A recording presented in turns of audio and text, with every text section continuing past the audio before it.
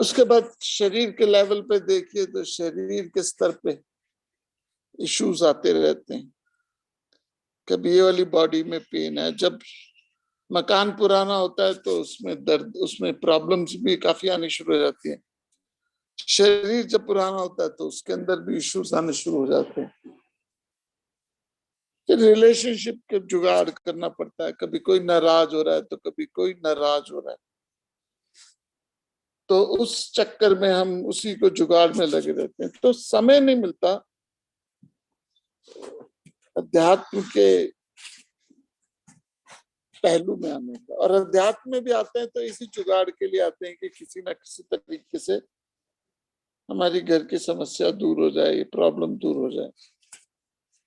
तो आप और हम एक घर छोटा सा चलाते हैं तो भी इश्यूज रहते हैं।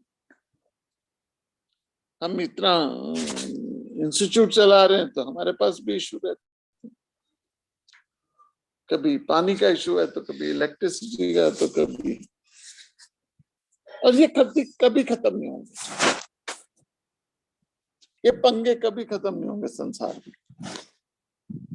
इसलिए कुछ भी हो जाए, आपको अपने लिए कुछ समय निकालना।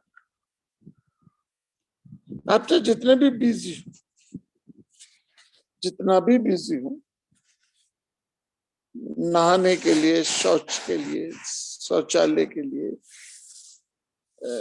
समय निकाल ले। ऐसा तो है नहीं कि आप, मैं बहुत बिजी था तो नहाया नहीं। सो रोज आपको कुछ समय अपने लिए निकालना। और यही हमारी सोच है, यही हमारा विचार है कि हम किसी न किसी स्तर पे चल के अध्यात्म के लिए थोड़ा समय निकाले। और इसीलिए हम यहाँ पे हर रोज 7 बजे आते हैं। इस समय एकेडमी फुल्ली पैक्ड है, 30-32 लोग हैं टोटल। हमारी कैपेसिटी है 16 और मैक्सिमम 20-22 लोगों की, लेकिन somehow we are managing। But इतना सब कुछ होने के बावजूद भी हमारा फोकस जो है वो अध्यात्म से जुड़ना है। ये चलते रहेंगे, पंगे लाइफ में आते रहेंगे, जुगाड़ करते रहोगे। कभी बॉडी लेवल पे जुगाड़ मारोगे, कभी परिवार पे जुगाड़। तो चाहे जितना मर्जी बिजी हो, अपने लिए समय निकालिए, और वही हमारा प्रयास है। Anybody have any question, feel free to ask. कोई भी क्वेश्चन हो, you can ask the question.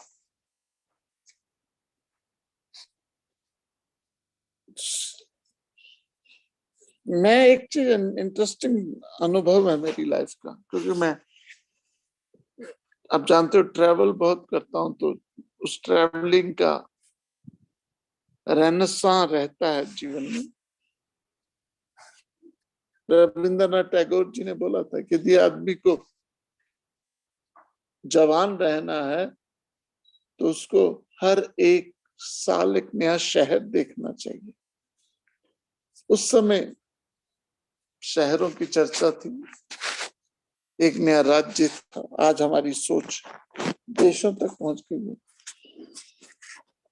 तो जो भी हो आपकी मेरी जिंदगी में, आपके दिमाग में एक फ्रेशनेस रहे, एक ताजगी रहे, एक सोच की, एक विचार की। तो स्वामी रामतीर्थ जी घटना सुनाते हैं कि वो ट्रैवल कर रहे थे जापान से ट्रैवल कर रहे थे अमेरिका, और बड़ा लंबा सफर था शिप का। तो एक 80 साल का बुजुर्ग, जापानीज बुजुर्ग, रशियन लैंग्वेज सीख रहा था। तो रामतीर्थ जी ने पूछा कि अब तुम्हारी उम्र 80 साल की हो गई है, अब क्या जरूरत है तुम्हें एक नई भाषा सीखने की। तो उस बुजुर्ग ने रामतीर्थ जी को बोला कि एक नई रशिया की किताब आई है रशियन लैंग्वेज में, उसको मैं ओरिजिनल भाषा में पढ़ना चाहता हूँ, इसलिए मैं ये लैंग्वेज सीख रहा हूं। तो रामतीर्थ जी कहते हैं कि देखो, वो फ्रेशनेस थी उसके चेहरे पे। और आज लोग 40 साल में रिटायरमेंट की सोच रहे हैं। आज आई एम डॉग्स टायर्ड की कॉन्सेप्ट है। By the way, no dog is ever tired. तो जब हम सेल्फिश होते हैं तो हम थकते ज्यादा है। जब हम सेल्फिश होते हैं तो थकते ज्यादा है। जब हम जुगाड़ मार रहे होते हैं तो थकते ज्यादा है। इसलिए गीता जी में भगवान जी ने कहा, विद्या विनय संपन्ने ब्राह्मणे गभि हस्तिनि। विद्या के साथ विनय लाओ तो ही ब्राह्मण बनोगे। सोच को ऊंची उड़ान दो, सोच को एक नया डायमेंशन दो। हमारी जिंदगी की सोच बहुत विशाल हो। नमस्तुते व्यास विशाल बुद्धि। तो यही हमारी कोशिश है कि जितना मर्जी बिजी हो आप, जितना मर्जी आपकी लाइफ में उथल पुथल हो रही है, आप अपने लिए समय जरूर कीजिए। स्वाध्याय कीजिए, स्वयं का अध्ययन कीजिए, स्वशासन कीजिए, स्वयं पे शासन कीजिए, स्वभाव बनाइए, अपने भाव को जानिए, स्वयं को जानिए। एंड संस्कृत में शब्द आता है स्वयं सिद्ध बनिए। उद्धरेद आत्मा नाम। भगवान जी कहते हैं एक ही आदमी आपको बर्बाद कर सकता है, एक ही व्यक्ति आपको मित्र है, एक ही अरी है, एक ही शत्रु है।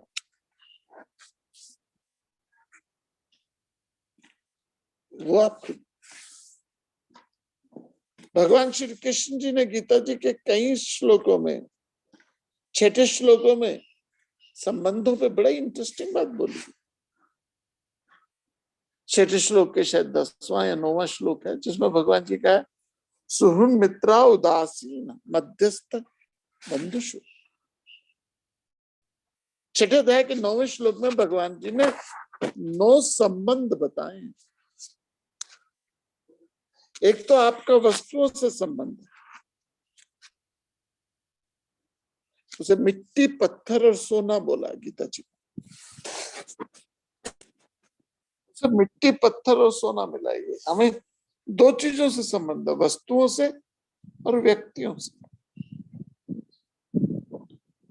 वस्तु में मिट्टी पत्थर और सोना, उसको उसकी अलग अलग डायमेंशन हो सकती है। पत्थर ज्यादा महंगा है या मिट्टी ज्यादा महंगी है? पत्थर ज्यादा महंगा है या सोना ज्यादा महंगा है? तो डायमंड क्या है? वो पत्थर है, but still it is a object. संबंधों में उन्होंने 9 शब्द बताए, 9 तरह के संबंध बताए हैं भगवत गीता जी के 6 अध्याय के 9वें श्लोक में। सुहृद मित्रा उदासीन मध्यस्थ देश बंधुषु। भगवान जी कहते हैं कुछ लोग हैं जो पापी हैं, अर्थात आपको पाप मार्ग में ले जाना चाहते हैं। वो बन के आते हैं दोस्त आपके, वो आपके वेल विशर होते हैं, but they wish you in a well. You call them well wisher, but generally they want you to be well. वो जो आपको भोग विलास इंटेलिजेंस इसमें लगाते हैं। कुछ लोग पापी, उन्हें पापी कहते हैं भगवान जी। कुछ लोग साधु होते हैं, साधु जो आपको अध्यात्म मार्ग में, सत्य मार्ग में, राइचस मार्ग की तरफ ले जाते हैं। कुछ मित्र होते हैं, वो आपका अच्छा तभी करते हैं जब आप उनका अच्छा करते हैं। वो अच्छा तभी करेंगे मित्र आपके जब आप अच्छा करोगे। आई scratch your back, you scratch my back. कुछ सुहृद होते हैं, आप अच्छा ना भी करो तो भी वो आपके लिए अच्छा चाहते हैं। कुछ द्वेष करते हैं, कुछ आरी होते हैं, कुछ वो लोग होते हैं जो बिना कारण से आपसे चिड़चिड़े हो जाते हैं। ऐसे कई बार होता है ऑफिस में, कुछ लोग, उनको देखते गुस्सा आने लगता है।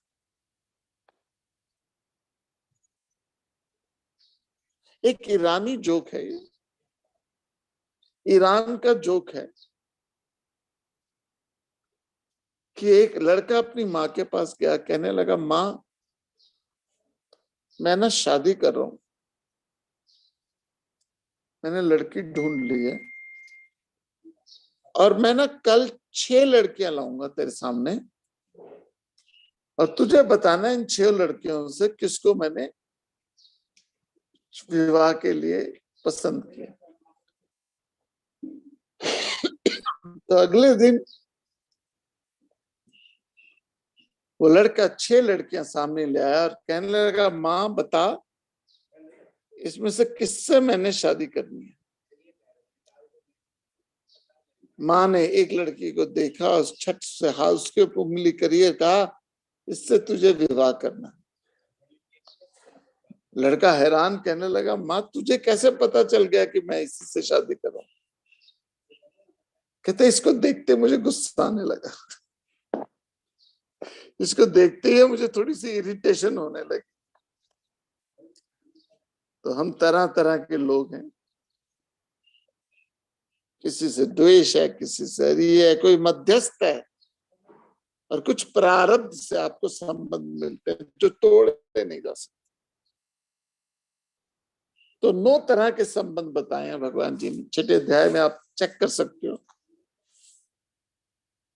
और ये इंटरचेंजेबल है, जो आज शत्रु है कल मित्र हो सकता है, जो आज मित्र है कल वो शत्रु हो सकता है, आज जो पुत्र है कल वो शत्रु हो सकता है, आज जो पुत्र है कल वो मित्र हो सकता है। यह संसारे बहु दुस्तारे, कृपया पारे पाहि मुरारे, भज गोविंदम भज गोविंदम। तो संबंधों के इस चक्रव्यूह जुगाड़ से निकलिए, डरिए मत संबंधों में, संबंधों से डरिए नहीं, क्योंकि आपको उनसे डर लगता है तो उसको भी आपसे डर लगता है। यदि आपको डर है जो छोड़ देंगे तो उनको भी डर है कि आप छोड़ जाओ। संबंध का बहुत ही सहज स्वभाव में हम स्वीकार कर लेते हैं। एक और इंटरेस्टिंग बात है उसी श्लोक में, जो भगवान जी ने ध्यान योग की शुरुआत में ये 2 श्लोक बोले। मैं बात कर रहा हूँ भगवत गीता के 6ठे अध्याय में भगवान जी ने 2 संबंध बोले हैं। एक तो वस्तुओं से, वस्तु में मिट्टी पत्थर सोना आता है, और रिलेशनशिप में 9 तरह के रिलेशनशिप है। और ये रिलेशनशिप आपकी मेरी लाइफ का मापदंड बनता है। लेकिन एक पॉइंट और इंटरेस्टिंग है कि ध्यान योग में बोला उन्होंने बात, ये बातें उन्होंने कर्म योग में नहीं बोली, भक्ति योग में नहीं बोली, ज्ञान योग में नहीं बोली, ये 6ठे अध्याय में बोली जो ध्यान योग में आती। अब हमारा ध्यान परमात्मा में क्यों नहीं लगता? क्योंकि इन लोगों पे ध्यान लगा होगा, और सबसे ज्यादा ध्यान लगता है उस पे, उस व्यक्ति पे जो दुख देता है, जो परेशान ज्यादा करता है। दाई साइड के ऊपर के तीसरे दांत पे कब सोचते हो? जब दुख देता है। सो संबंधों में ध्यान हटाना ही अध्यात्म है। ध्यान कहाँ लगाना है? उस प्रभु पे, और उस प्रभु पे ध्यान लगाओगे, मैं गारंटी देता हूं आपके संबंध में दृढ़ता आ जाएगी। ये संसार, ये संबंध परछाई की तरह है, इसके पीछे भागोगे हाथ नहीं आते, नाराज हो जाते। हायर लक्ष्य की तरफ चल जाओ, परछाई पीछे भागती है। सूरज के पीछे, सूरज की तरफ चलते हैं शुरू हो जाओ, परछाई आपके पीछे आएगी। लेकिन परछाई के पीछे भागोगे तो सूरज हाथ नहीं आएगा, पीछे परछाई आगे भागती रहेगी। जो तू मेरा हो जावे ते सारा जग तेरा हो जाए। अब हायर कॉज के लिए लग जाओ, आपका सम्मान सत्कार ज्यादा होगा। ये नहीं कि आप सम्मान सत्कार चाहते हो, बट मैटर ऑफ फैक्ट है। आप किसी भी स्तर पे आ जाइए, अच्छा आप अच्छी पोजीशन पे पहुंच जाइए गवर्नमेंट ऑफ इंडिया, आप अच्छी सीट से जुड़ जाइए गवर्नमेंट ऑफ इंडिया की, आपके रिश्तेदार आपका सम्मान ज्यादा करेंगे। आप छोटे सा ठेला लगाते हो, आपका सम्मान कम होगा। अब भारत सरकार से जुड़ जाते हो, आपका सम्मान ज्यादा होगा। और आप कुछ भी बोल दो, लोग नाराज नहीं होंगे आपसे। क्यों? क्योंकि आपकी सोच में श्रेष्ठता आ गई। अब से उनको गरज है आपकी ज्यादा। आप जाओगे शादी ब्याह पार्टी में, आपकी ज्यादा जी हजूरी करे जाएंगे। लेकिन जो व्यक्ति हायर पोजीशन से नहीं जुड़ा हुआ, उसकी इतनी कदर नहीं होगी। Let's be very honest, it is a fact.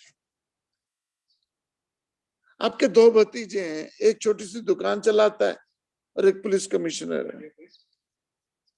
किसके घर ज्यादा जाया करोगे? किसके घर पे ज्यादा महंगे तोहफे लोग लेके जाओ?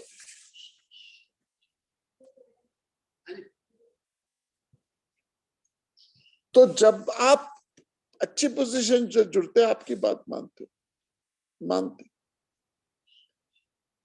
लेकिन यदि आप अध्यात्म में जुड़ जाओ कि आपको सदियों तक लोग याद करेंगे। मैं एक लेडी को जानता हूं, एक व्यक्ति, लेडी को नहीं, जेंटलमैन है, मिस्टर दत्ता है उनका नाम।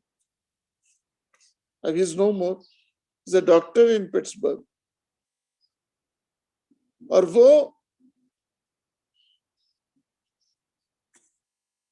स्वामी विवेकानंद के वंशज में है।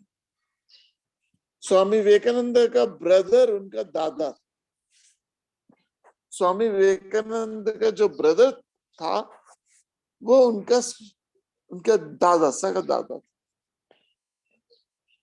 एंड वो बड़े गर्व से बताते थे कि मैं विवेकानंद के वंश से हूं। What I'm trying to build up is, आप चाहते हो लोग आपकी कदर करें, और आपकी कदर तभी होगी जब आप सर्वोत्तम से जुड़ोगे। आप किसी इंडियन एम्बेसी में किसी के इंडियन एम्बेसडर बन गए किसी एम्बेसी में, आप मोहल्ले में निकलोगे, लोग आपसे नमस्ते नमस्ते कह के बात करेंगे। No, I'm not creating ego here. मैं ईगो नहीं बढ़ा रहा यहाँ पे, but the fact of the matter is, आपका सम्मान तभी होगा जब आप श्रेष्ठ चीजों से जुड़ोगे।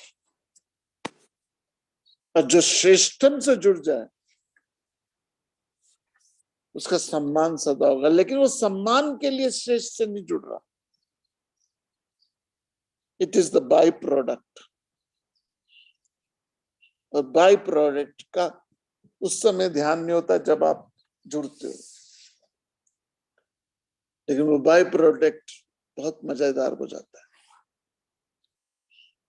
मैं कुछ दिनों पहले एक शुगर मिल पे गया, बहुत बड़ी शुगर मिल, यूपी में किसी के पास गया, लेक्चर था वहां पे, और शुगर मिल के स्टाफ से सबसे बात कर रहा था। तो कहने लगे, सर जो हम पहले वेस्ट प्रोडक्ट मानते थे कि ये इथेनॉल निकलती है गन्ने से, उसको हम वेस्ट करते थे, आज उससे हम ज्यादा पैसा कमा रहे हैं बनिस्बत शुगर से। इथेनॉल पेट्रोल में यूज हो रही है आज, इसको जोड़ रहे हैं उसके साथ। Why I'm saying this? मैं बार बार कह रहा हूं, प्लीज जुड़े शेष से, हाईएस्ट से जुड़ो, परम से जुड़ो। उस परम से जुड़ने के उपरांत आपकी मेरी जिंदगी का हर काम सहज हो जाएगा। प्रॉब्लम जुगाड़ रहेंगे, बॉडी लेवल पे रहेंगे, मटेरियल लेवल पे रहेंगे इशू। मटेरियल लेवल पे इशू ये रहेंगे कि कभी मिक्सी खराब हो रही है, तो कभी गीजर, तो कभी ये खराब हो रहा है, तो कभी कुंडी खराब हो रही है, तो कभी नलके नहीं चल रहे। एक प्रॉब्लम से करोगे, सॉल्व करोगे, दूसरी आ जाएगी। कभी फिजिकल लेवल पे इश्यूज आते रहेंगे,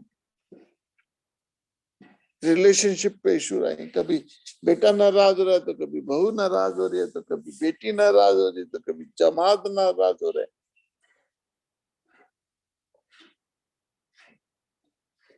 और डरा डरा के रखते हैं।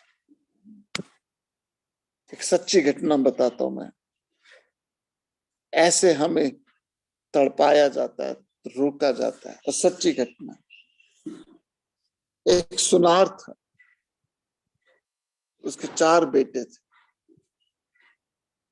4 बेटे थे और एक ही बेटी थी। तो सुनार का 4 बेटों के बाद बेटी जो ही उसको बड़े लाड चाव से पाला, उसकी शादी भी अच्छे घर पे करी, काफी कुछ दिया। लेकिन उसका जो दामाद था वो ग्रीडी था। हर दूसरे दिन कोई ना कोई इशू लेके आ जाता।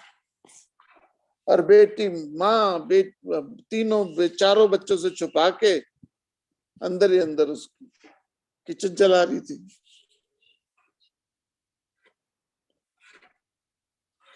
चारों भाइयों को पता भी नहीं था। फादर की डेथ हो गई। दामाद आया अपनी सास के पास, पुरानी बात है, बहुत पुरानी बात है, और आके कहने लगा, बीजी, अपनी सास को कहने लगा, बीजी राती सपने में बाऊजी आए सी और कह रहे से, पुत्र तेनू मरुति देनी सी, रह गई मेरे। दामाद आया अपनी सास के पास, कहने लगा, मैं तो तुहानू सिर्फ ऐसे दस रहा, मैं नहीं चाहता कोई मरुति शरुति, पर राती बाऊजी आए सी और कह रहे सी तेनू मरुति देनी थी, रह गई तेरे। And you have to believe this. Within a week, he got a Maruti. ये है संसार, ये है संसार। इसलिए मैं रिश्तों को थोड़ा सा वैराग्य से ही देखता, रिश्तों को थोड़ा सा वैराग्य के चश्मे से ही देखता। और ये आपको कभी भी उठने नहीं देंगे अगर आप में प्रभु के साथ जुड़ा नहीं हो। और अगर आप प्रभु के साथ जुड़ जाओ, हायर के साथ जुड़ जाओ, घर में भी आपका सम्मान होना शुरू। सोचिए इस बात को, सोचिए इस बात पे। इसी विचार के साथ हरिओम तत्सत। ओम ओम पूर्णमद पूर्णमिदं